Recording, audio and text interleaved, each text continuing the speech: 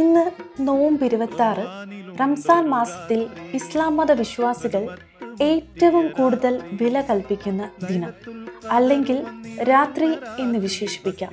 ഈ 27-ാം രാവിനെ 30 ദിവസത്തെ നോമ്പിനെ 3ആയി തരം തിരിച്ചിട്ടുണ്ട്. അതിൽ ആദ്യത്തെ 10 കാരുണ്യത്തിൻ്റെ ദിനങ്ങളായും, രണ്ടാമത്തെ 10 പാപമോചനത്തിൻ്റെ ദിനങ്ങളായും, അവസാനത്തെ 10 നരകമോചനമായും എന്നിങ്ങനെ തരം തിരിച്ചിരിക്കുന്നു.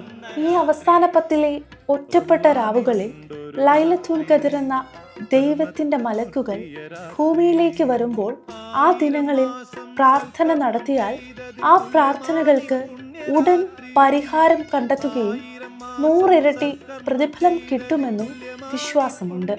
ഇതിൽ ഏറ്റവും കൂടുതൽ വില കൽപ്പിക്കുന്ന രാത്രിയാണ് ഇന്നത്തെ 27-ാം രാവ്. ഇന്ന് രാത്രി മുഴുവൻ വിശ്വാസികൾ ഉറങ്ങാതിരിക്കണമെന്നും ഈ വിശ്വാസം വിശ്വാസികളിൽ ഒരുപാട് മാറ്റങ്ങൾക്ക് വഴിതെളിക്കട്ടെ. ഇത്തവണത്തെ ചെറിയ പെരുന്നാൾ എല്ലാം കൊണ്ടും ലോകജനതയ്ക്ക് പുതിയൊരു അനുഭവമാകട്ടെ.